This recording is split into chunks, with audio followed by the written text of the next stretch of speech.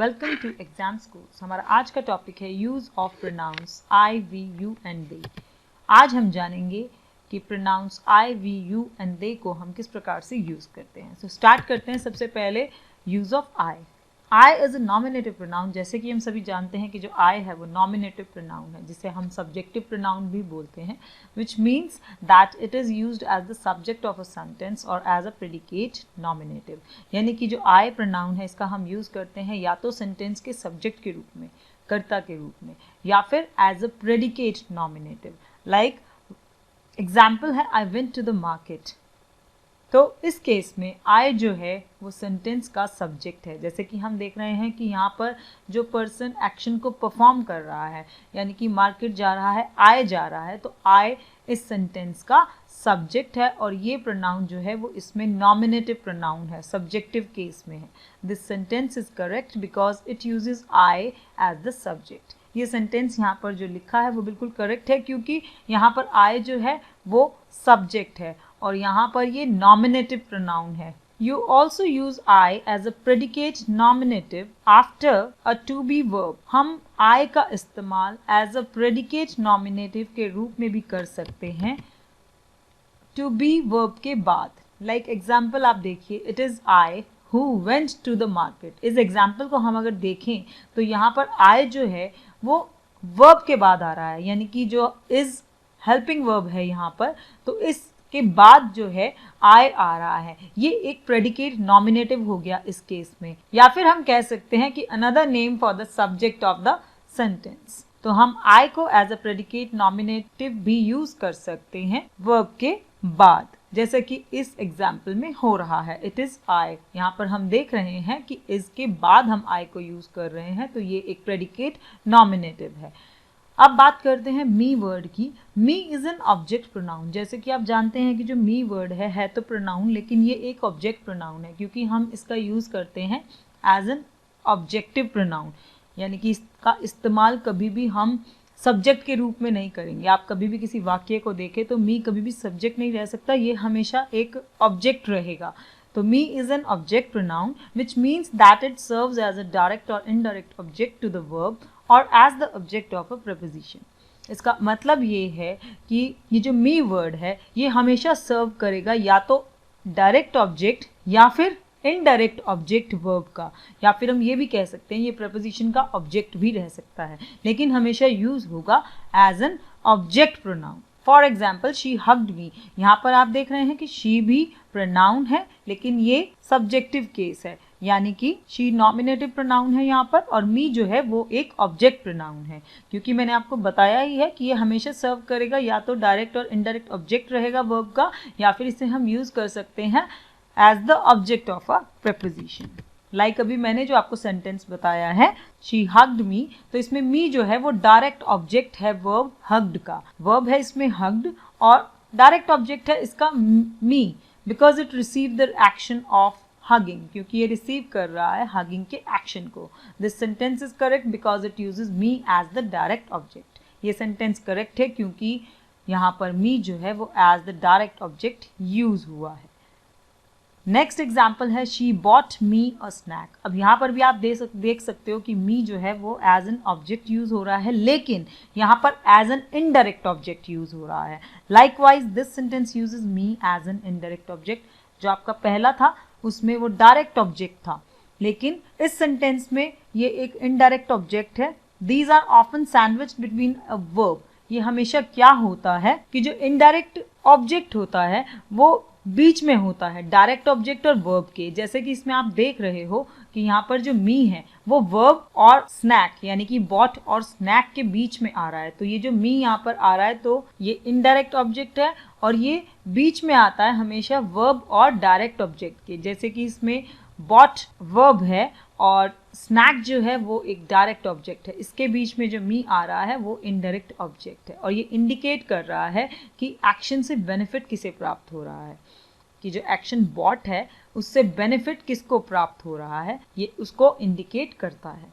तो ये दूसरा एग्जाम्पल है हमारा कि इस सेंटेंस में जो मी है वो यूज हो रहा है as an indirect object. Next example is mom bought a snack for me। अब इस सेंटेंस में देखा जाए तो फॉर प्रपोजिशन का यूज हो रहा है, मी इसमें ऑब्जेक्ट है प्रेपोजिशन फॉर का, और ये भी करेक्टली यूज हुआ है इस सेंटेंस में। जैसे कि मैंने आपको बताया कि जो मी है वो यूज किया जा सकता है as direct object of verb and indirect object of verb, और हम प्रेपोजिशन के ऑब्जेक्ट के रूप में भी उसको यूज कर सकते हैं, और तीनों के एग्जाम्पल ही हमने इसमें शो किए हैं। Now the difference between I and me. अब डिफरेंस क्या है आई और मी में?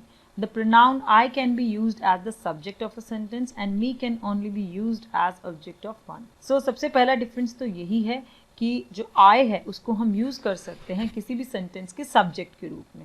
जैसे कि आपको पहले भी बताया कि I जो है वो एक नॉमिनेटिव प्रोनाउन है, तो इसका यूज हम कर सकते हैं as the subject of a sentence, और मी को हम खाली यूज कर सकते हैं as object of the sentence. I can perform an action while me can only have actions performed upon it. जो I है वो किसी भी एक्शन को परफॉर्म कर सकता है। कहने का अर्थ है, अगर आप सेंटेंस में देखेंगे तो I एक कर्ता होता है, और जब कर्ता होगा तो वो कोई ना कोई एक्शन को परफॉर्म कर सकता है सेंटेंस में।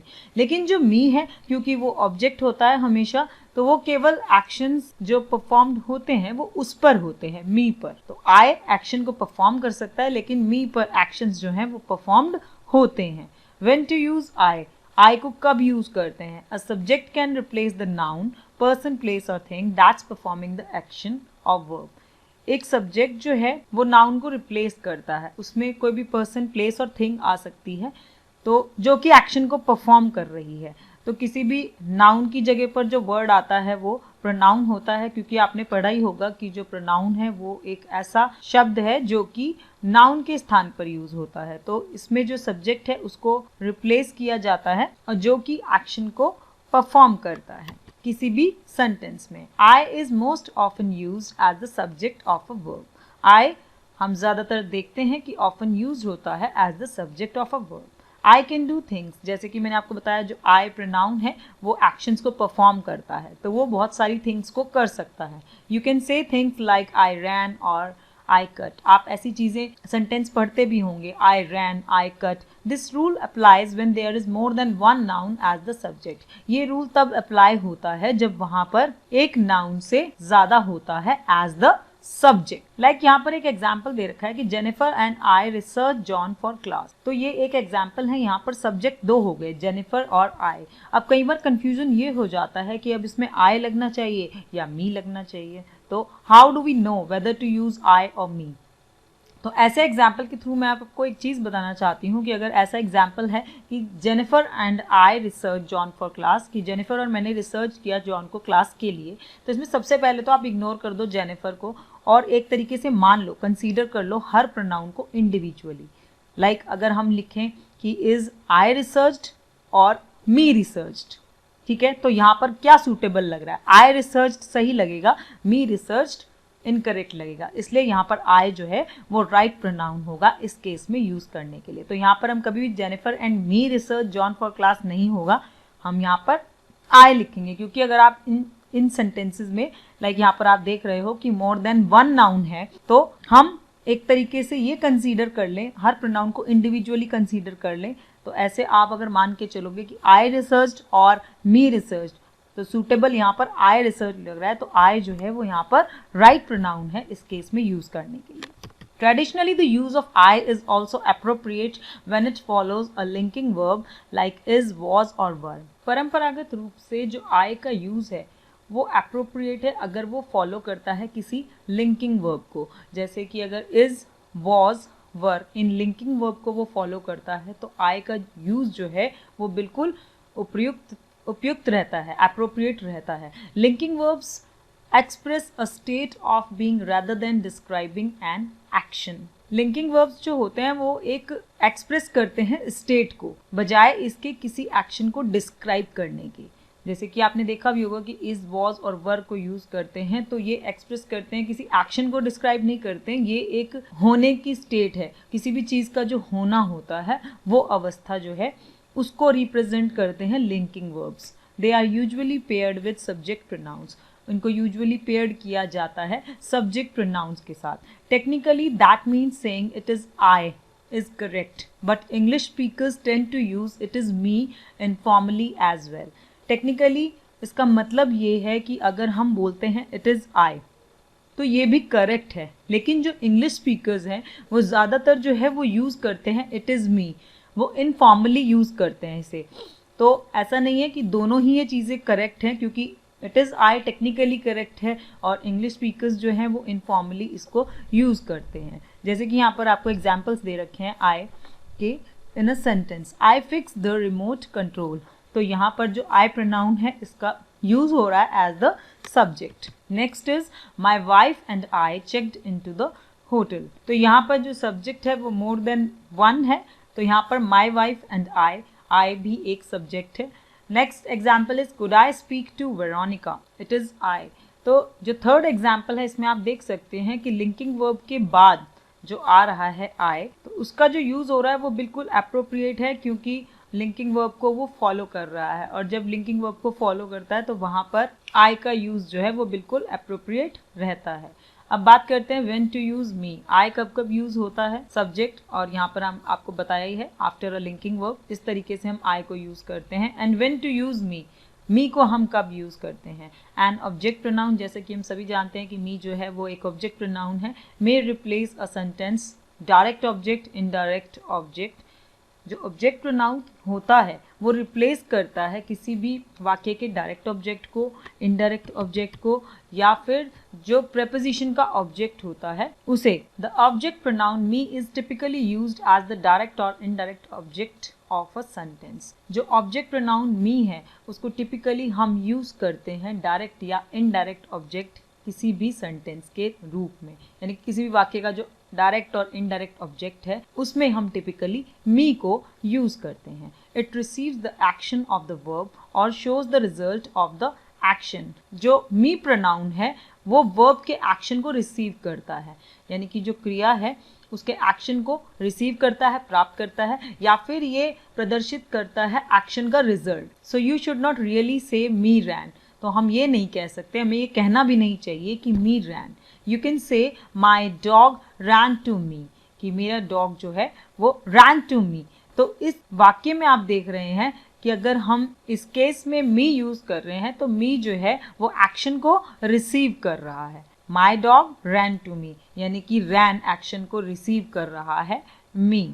Examples of me in a sentence, एक सेंटेंस में एग्जाम्पल्स जो है मी के वो देखते हैं हम। My friend bought me a dress. तो यहाँ पर मेरे फ्रेंड ने मेरे लिए खरीदी एक ड्रेस, तो यहाँ पर मी जो है वो ऑब्जेक्ट है। Next example is give me the wallet. यहाँ पर भी मी जो है वो ऑब्जेक्ट के रूप में यूज किया जा रहा है। John is that you, yes it's me. यहाँ पर जो है इस मी का यूज हो रहा है लेकिन आफ्टर अ लिंकिंग वर्ब। यहाँ पर हम देख रहे हैं कि इट इज के बाद मी यूज हो रहा है, तो me as an object use हो रहा है लेकिन आफ्टर अ लिंकिंग वर्ब। अब बात करते हैं वी की, जिसे हम बोलते हैं।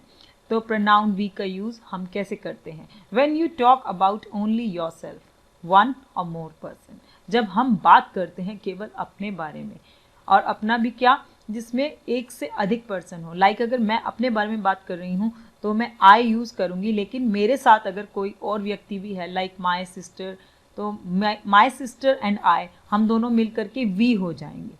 तो जब हम बात करते हैं अपनी, लेकिन वो उसमें पर्सन कितने होने चाहिए, मोर देन वन, तो वहां पर हम वी का यूज करते हैं।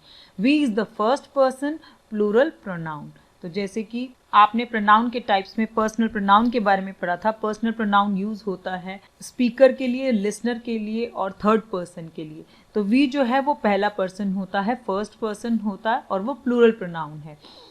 आई है वो सिंगुलर प्रोनाउन है, लेकिन जो फर्स्ट पर्सन प्लूरल प्रोनाउन है वो वी है, क्योंकि वी जो है वो स्पीकर होता है। अ स्पीकर और writer uses we to refer both to himself और हरसेल्फ, टू वन और more other people as a group.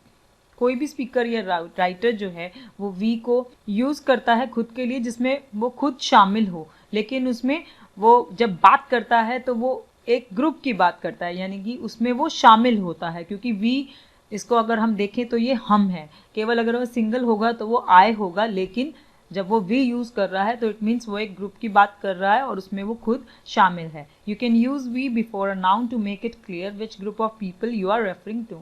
आप जो है वी का यूज कर सकते हैं किसी भी नाउन से पहले ये क्लियर करने के लिए कि कौन से ग्रुप ऑफ पीपल को आप रेफर करते हैं. Like example, we ordered another bottle of wine. हमने ऑर्डर करी एक दूसरी, अनदर मीन्स एक दूसरी बॉटल वाइन की. तो यहाँ पर अगर वी यूज़ किया जा रहा है तो इट मीन्स ये बताया जा रहा है कि हम, यानी कि उसमें जो इंसान वी यूज़ कर रहा है तो उसमें वो खुद भी शामिल है लेकिन उसके साथ भी कोई और है. अ स्पीकर और राइटर में use we instead of I in order to include the audience or reader in what they are saying, especially when discussing how a talk or book is organized. कई बार एक speaker और writer जो है वो आई के स्थान पर वी का यूज करता है इंक्लूड करने के लिए उन ऑडियंस और रीडर्स को जिनको वो कुछ कहना चाह रहा है, स्पेशली जब वो डिस्कस कर रहा हो किसी एक टॉक के बारे में या फिर कोई जो बुक ऑर्गेनाइज्ड हुई हो उसके बारे में. तो कई बार जो है कोई भी राइटर या स्पीकर जो है आई के स्थान पर यूज करता है वी को जब उसे इंक्लूड करना होता है ऑडियंस और रीडर को जो वो चीज़ कहना चाह रहा है. लाइक एग्जाम्पल है, we will now consider the raw materials from which the body derives energy. अब हम कंसीडर करेंगे उन रॉ मटेरियल्स को, उन कच्चे माल को जिससे कि जो बॉडी है वो एनर्जी प्राप्त करे. तो यहाँ पर चाहे तो आई भी यूज़ हो सकता है प्रोनाउन के रूप में, लेकिन यहाँ पर स्पीकर ने वी यूज़ किया है क्योंकि वो ऑडियंस और रीडर को जो है वो उसमें इंक्लूड कर रहा है. सो दैट्स वाई उसने जो है वी को यूज़ किया है इसमें. अब बात करते हैं यूज़ ऑफ दे, जिसे हिंदी में हम वे बोलते हैं. It is used when referring to more than one or other person who is not with you. अब दे ये थर्ड पर्सन होता है, कोई अन्य ही व्यक्ति जिसके बारे में बात की जाती है. तो जैसे कि आप जानते भी हैं पर्सनल प्रोनाउन का थर्ड पर्सन है they. It is used when referring to more than one or other person who is not with you. इसका इस्तेमाल तब किया जाता है जब हम उनके लिए सर्वनाम यूज़ करते हैं जो कि एक से अधिक हैं और वो हम में शामिल नहीं हैं, वो हमारे साथ नहीं हैं. अगर वो हम में शामिल होंगे तो कोई भी चीज़ जो हमारे साथ शामिल होगी उसके लिए तो हम वी यूज़ करेंगे, लेकिन अगर हम किसी अदर ग्रुप के बारे में बात कर रहे हैं जिसमें हम शामिल नहीं हैं, लाइक अगर बच्चे खेल रहे हैं, चिल्ड्रन आर प्लेइंग, तो चिल्ड्रन की जगह पर अगर हम प्रोनाउन यूज़ करें तो दे आर प्लेइंग लगा सकते हैं क्योंकि उसमें हम इंक्लूडेड नहीं हैं.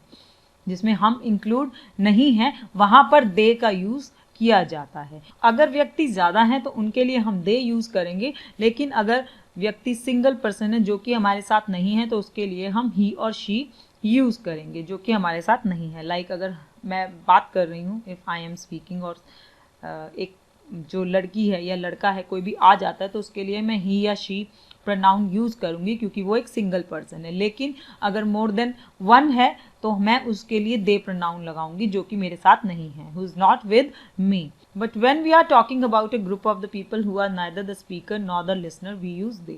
So जैसे कि पर्सनल प्रोनाउंस में मैंने आपको बताया था कि जो स्पीकर होता है वो फर्स्ट पर्सन होता है, लिसनर सेकेंड पर्सन होता है और जो थर्ड पर्सन होते हैं वो कोई अदर ही होते हैं जिनके बारे में बात की जाती है.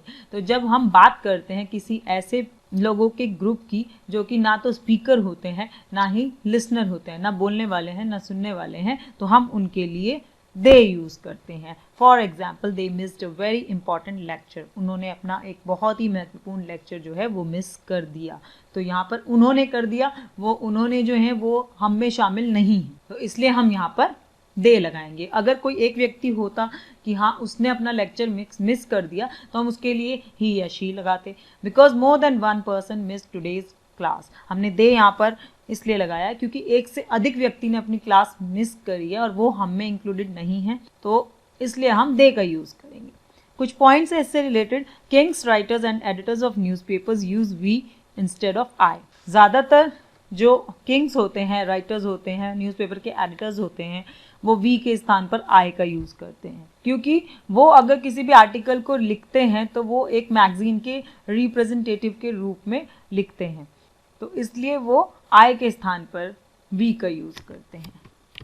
Likewise, when the spokesman of an organisation gives a press release. कई बार किसी ऑर्गेनाइजेशन के जो प्रवक्ता होते हैं वो भी कोई प्रेस रिलीज देते हैं तो भी वो आई के स्थान पर वी को यूज़ करते हैं. बिकॉज क्योंकि वो अपनी कंपनी को रिप्रेजेंट कर रहे होते हैं तो वहाँ पर वो आई के स्थान पर वी का यूज़ करते हैं. Now use of you. We use the subject pronoun you when we are speaking directly to another person. जैसे कि मैंने आपको पहले भी बताया है कि you pronoun का यूज़ हम लिसनर के लिए करते हैं, सुनने वाले के लिए करते हैं. तो बेसिकली you pronoun का यूज़ हम उसके लिए करते हैं जब हम डायरेक्टली किसी और पर्सन से स्पीक कर रहे होते हैं. When we are directly speaking to another person, we use you to refer to the listener or reader. इसका उपयोग हम करते हैं लिसनर के लिए जो सुनने वाला होता है या फिर रीडर के लिए. It is both the subject and the object form. ये दोनों फॉर्म में यूज़ होता है, सब्जेक्ट भी और ऑब्जेक्ट फॉर्म में भी. You can refer to one person और मोर देन वन पर्सन. इसे हम एक पर्सन के लिए भी यूज़ कर सकते हैं और एक से अधिक व्यक्ति के लिए भी. मान लीजिए जब हम स्पीक कर रहे होते हैं तो सामने वाला अगर एक है, एक पर्सन है, तो उसके लिए भी हम यू प्रोनाउन यूज़ करेंगे. और जैसे कि अगर एक क्लास है तो क्लास में बहुत सारे स्टूडेंट्स होते हैं, तो जब हम उनसे डायरेक्टली हम स्पीक करते हैं तो उनके लिए भी यू प्रोनाउन ही यूज़ होगा. मोर देन वन पर्सन भी हम यू यूज़ कर सकते हैं और वन पर्सन के लिए भी यू ही यूज़ होगा जब हम डायरेक्टली किसी और पर्सन से स्पीक करते हैं उस सिचुएशन में.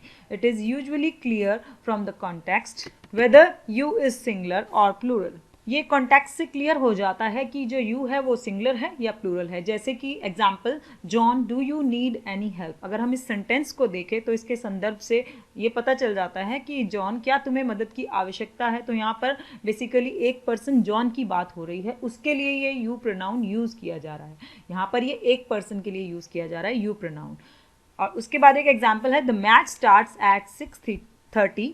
आई need you to be here at 6. Match 6:30 बजे स्टार्ट होता है और मुझे आप लोग यहाँ पर 6 बजे चाहिए. इस सेंटेंस में the match starts at 6:30, I need you to be here at 6. तो यहाँ पर जो यू प्रोनाउन है वो ग्रुप ऑफ पीपल के लिए यूज़ किया जा रहा है. यहाँ पर ये यू यूज़ हो रहा है प्लूरल के लिए, यानी कि कोच जो है वो टीम को कह रहा है, तो यहाँ पर यू प्लूरल की तरह यूज़ हो रहा है. We sometimes use you all to address everyone in a group. कई बार हम यूज़ करते हैं यू ऑल, तुम सभी, जब एक ग्रुप में सभी लोगों को हमें एड्रेस करना होता है तो उसके लिए हम यू ऑल प्रोनाउन का यूज़ भी करते हैं. What would you all like to eat. आप सभी लोग क्या खाना चाहेंगे. So in this sentence we use you all to address everyone in a group. इस सेंटेंस में हम यू ऑल प्रोनाउन का जो यूज़ कर रहे हैं वो ग्रुप में जो हर कोई है, एवरीवन है, उसको एड्रेस करने के लिए कर रहे हैं. तो इस तरीके से जो सेंटेंस की सेंस होती है उससे पता चल जाता है कि जो यू है वो हम प्लूरल फॉर्म में यूज़ कर रहे हैं या सिंगुलर फॉर्म में यूज़ कर रहे हैं. तो आज के वीडियो में हमने चर्चा की कि आई, वी, यू, दे, इन प्रोनाउन को कैसे यूज़ करते हैं हम सेंटेंसेस में. सो वीडियो पसंद आने पर हमारे चैनल को लाइक कीजिए, सब्सक्राइब कीजिए और साथ ही और वीडियोज़ के लिए जुड़े रहिए हमारे चैनल के. Thanks for watching the video.